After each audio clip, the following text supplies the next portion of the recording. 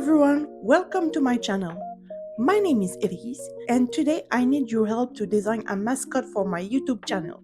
You know how some channels have that adorable little character that keeps showing up in thumbnails, animations, community posts, and inside the videos themselves?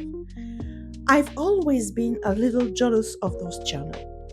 Not in a dramatic way, just enough that every time I see one of those cute recurring characters, I think I wish I had one of those. A mascot gives a channel personality, it makes everything feels more cohesive, it becomes a little companion that follows the creator from project to project. So today, I'm finally tackling the question, what should my channel mascot be? Before filming this video, I sat down with my phone and brainstormed a few possibilities. Some of these characters already existed, inspired by old drawings. Others were created completely on the spot. I'm going to show you every single sketch, talk about the pros and cons of each one, and then I'd love for you to tell me in the comments which mascot you think would fit the channel best. Let's start with the first group. The first three characters are actually older than the others. A few months ago, I started drawing every day again. Nothing ambitious, just 2 or 3 tiny characters every day to start. The goal wasn't to create masterpieces, but simply to rebuild the habit of drawing. Over time, I accumulated many little doodles. Some were strange, some were forgettable, but a few of them stood out. Eventually, I named 4 favorites, and today I'm reusing 3 of them.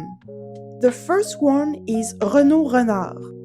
Renaud is a little fox who absolutely loves sewing. In my original drawing, he's busy making something. For this sketch, I drew him sitting down without any sewing supplies because I wanted to see what it looks like on his own. I think he's one of the strongest candidates. Foxes are naturally expressive. They're easy to draw, they're recognizable even in a very simple style, and because Renaud isn't defined by a single hobby, it could realistically appear doing all sorts of activities depending on the video. If I'm painting, it could be painting. If I'm crafting, it could be crafting. If I'm organizing my supplies, it could be organizing tiny fox-sized supplies. It's versatile. Next is Suzy Souris. Suzy is my cooking mouse. She's wearing a little apron and honestly, she gives off major cottagecore energy. I imagine her living in a tiny woodland kitchen. Everything is made of wood. There are herbs hanging from the ceiling, fresh bread is cooling on the windowsill, and somehow she always knows exactly how long cookies need to stay in the oven. I think Suzy has a very cozy personality. She's sweet, she's friendly. She's probably the type to apologize when she bumps into furniture. The downside is that she's heavily associated with cooking, and while I do enjoy cooking, my channel isn't really centered around food, so I'm not sure whether that association helps or hurts her chances. The third character is Fany. Fany is a young fawn who loves music. In the original drawing, she's wearing headphones. I imagine she's constantly listening to music while walking through forest, dancing when nobody's watching, and creating playlists for every possible situation. Need a playlist for painting? Fany has one.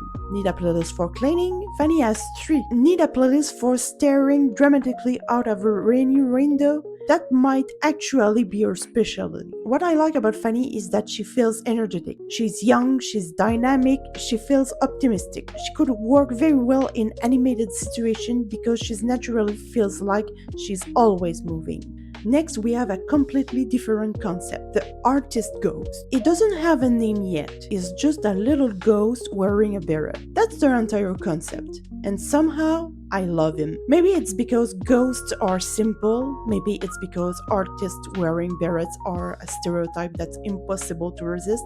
Fun fact, my father teaches watercolor classes in a nursing home, and he bought a beret for each of his students to wear while painting.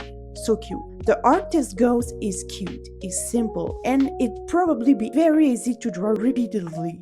Next is someone dear to my heart, my dog Wookiee. Wookiee is a dark brown miniature poodle. A lot of YouTubers use their pets as mascots, and honestly, I understand why. Pets already have personalities. People love animals, and there's an automatic connection to the creator. The challenge with Wookiee is that he's surprisingly difficult to draw. His fur is shaggy, it's curly, it goes in every direction. If I simplify him too much, he stops looking like Wookiee. If I draw him accurately, he becomes time-consuming. Still, there's something appealing about using a real member of the family as a mascot. Next up, an otter. No elaborate backstory, no complicated concept, just an otter. Because otters are adorable. They're actually my favorite animal. They're playful, they're expressive, they look like they're constantly having fun. And honestly, if mascot selection were based purely on cuteness, the otter would be extremely difficult to beat. Then we have an adorable bat. At least that was the goal. I wanted to give it a baby-like appearance.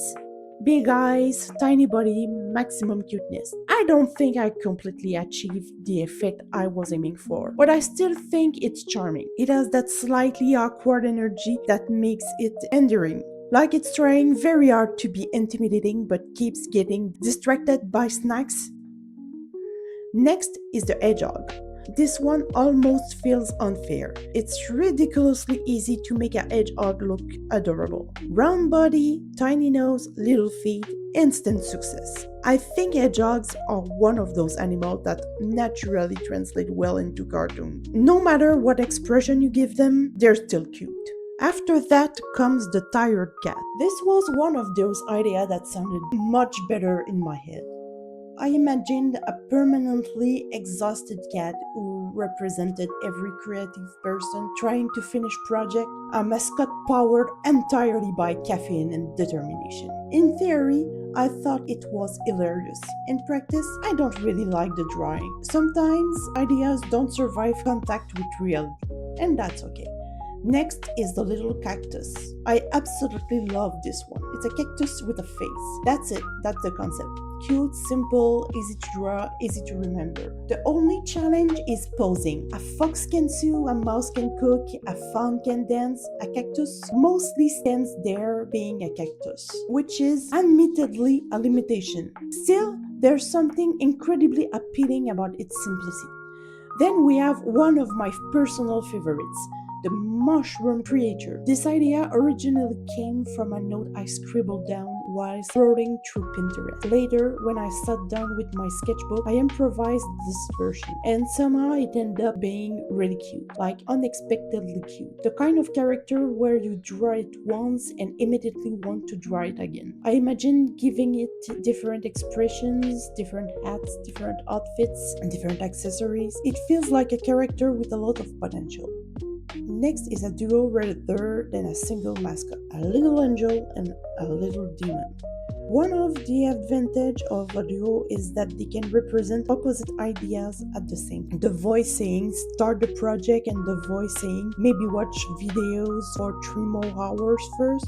Together they could comment on anything happening in a video, and honestly that's a fun concept. Then we have my cat Kenobi. Kenobi is a Siberian cat. One of the things I love about him is his mane. It gives him a very majestic appearance, like he believes he's royalty. And maybe he's right. The problem is that Kenobi is a tabby. That means lots of stripes, lots of markings, lots of details, which makes him even more complicated to draw than Wookiee. Beautiful? Absolutely. Efficient as a mascot? Maybe not. At this point, I was running out of planned idea, so I started improvising to fill the rest of the page. And that's when things got a little random. First, I drew a little sheep, very fluffy, very round, very peaceful. Next came a quokka. If you never heard of a quokka, that's a small marsupial from Australia that's famous for looking it's constantly smiling. Seriously, even when they're doing nothing, they look delighted to be alive. It's impossible to look at a quokka without feeling slightly happier. Then I drew a penguin, because I love penguins. That's the entire explanation. After that came a very round owl. Finally, at the very bottom of the page, I drew a smiling earthworm. At that point, I want to know, from those little doodles, Which one do you think best represents this channel? Which one would you most like to see appear in future videos? Let me know in the comments. And if you have an entirely different mascot idea, tell me. Now that all the candidates were on paper, it was time to make a decision. And honestly, it was much harder than I expected. There were several characters that I genuinely liked, but I knew I couldn't develop all of them. At some point, I had to narrow the list down. So I chose 4 finalists. These are the 4 characters that made it to the next round. The first choice was probably the easiest one. Wookiee. I mean, come on. How was I supposed to resist choosing my own dog? Wookiee is a huge part of my life, and I love him so much. Every time I looked at the sketchbook page, my eyes kept coming back to him. There's something special about turning a real pet into a mascot. It instantly feels personal. It instantly feels connected to the creator behind the channel. And let's be honest, Wookiee already has enough personality to be a cartoon character. He's curious, he's stubborn, he's affectionate, and sometimes he's convinced that whatever I'm working on absolutely requires his supervision. So Wookiee earned a spot in the final 4. My second choice was Renaud. The moment I discovered that old sketch, I remember why he became one of my favorite characters in the first place. He's just too cute.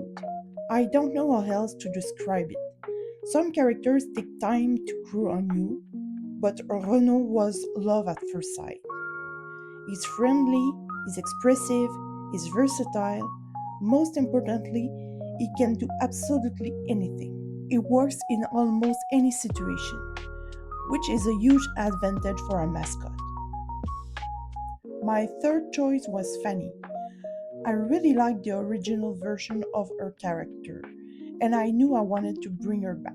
One thing I decided very quickly was that I wanted to keep the headphones. The headphones are such an important part of who she is. Music is at the center of her character.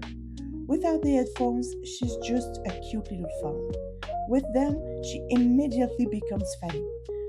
I imagine her listening to music all day long, always discovering new songs, always creating playlists, always moving to a rhythm that nobody else can hear. She has a lot of energy, and I think that energy comes across visually. The fourth and final choice was the mushroom creature. Out of all the new characters I created for this project, this one was my favorite. Not even close. The second I drew him, I knew he had potential. He's cute, he's simple, he's easy to draw. And just like Renaud, is surprisingly versatile. I can imagine him doing all sorts of activities, using different accessories and having different expressions. He's one of those characters that feels like it could evolve over time. So the mushroom guy earned the final spot. At this point, I had my 4 finalists: Wookiee, Renaud, Fany, and the mushroom creature. Next, I wrote their names over each drawing. And while doing that, I realized that the mushroom creature still didn't have a name. Everyone else had a name. It felt unfair. So I spent a few minutes brainstorming. I wanted something simple, friendly, a little whimsical. Eventually, I settled on Elliot. And honestly, the moment I wrote it down, it felt right. Once the sketches were finalized, I moved on to the next step, inking. I did all of the inking off camera because frankly, it takes a while and it's not the most exciting thing to watch. Eventually, it was finally time for color. For coloring, I use water-based marker, not because they're the perfect tool for the job, far from that, simply because that's what I had on hand. Sometimes you use the fancy supplies, sometimes you use whatever happens to be sitting on your desk. Today was definitely the second option. I started with Wookiee. Since he's a dark brown miniature poodle, most of his fur use warm brown tones. One of Wookiee's distinctive features is his reddish mustache. In real life, it's one of the details that makes him instantly recognizable. Unfortunately, water-based markers aren't exactly famous for their blending abilities. Getting smooth transition between colors can be challenging. As a result, the mustache looks a little rough in the traditional version. Thankfully, I knew I would eventually create a digital version later where I could refine the colors and make everything look cleaner. Next came Renaud. For him, I decided not to reinvent the wheel. Foxes already have a beautiful color palette. The classic red fox colors are iconic for a reason.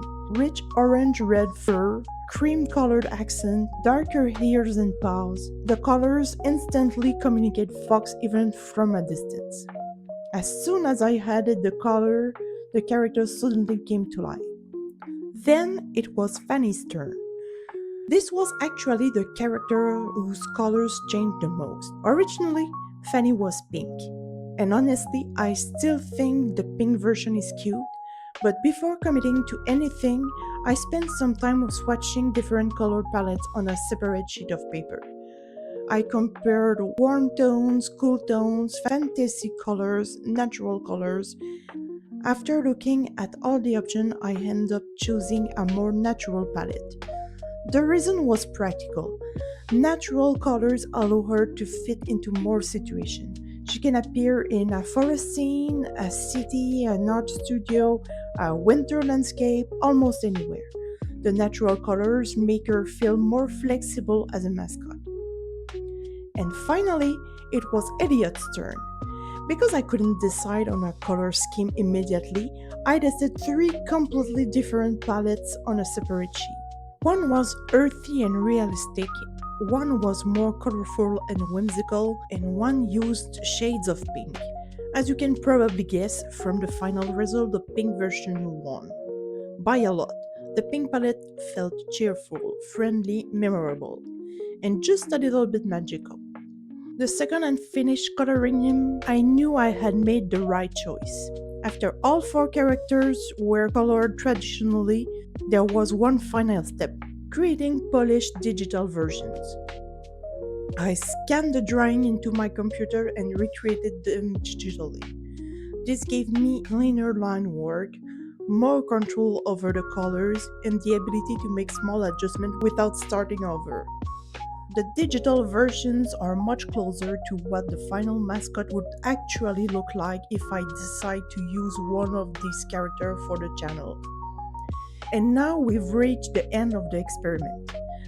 What started as a page full of random sketches eventually turned into four serious mascot candidates: Wookiee, my lovable miniature poodle; Renaud, the friendly and versatile fox; Fany, the music-loving fawn; and Elliot, the cheerful mushroom creature. Now I need your help one last time. Which one is your favorite? Which character do you think fits this channel best? Would you choose Wookiee, Renaud, Fany, Elliot? Or maybe one of the characters that didn't make the final four? Let me know in the comment because I'm genuinely curious which one people connect with the most. Thank you so much for watching. If you enjoyed this video, don't forget to like and subscribe, and I'll see you in the next project. Bye everyone!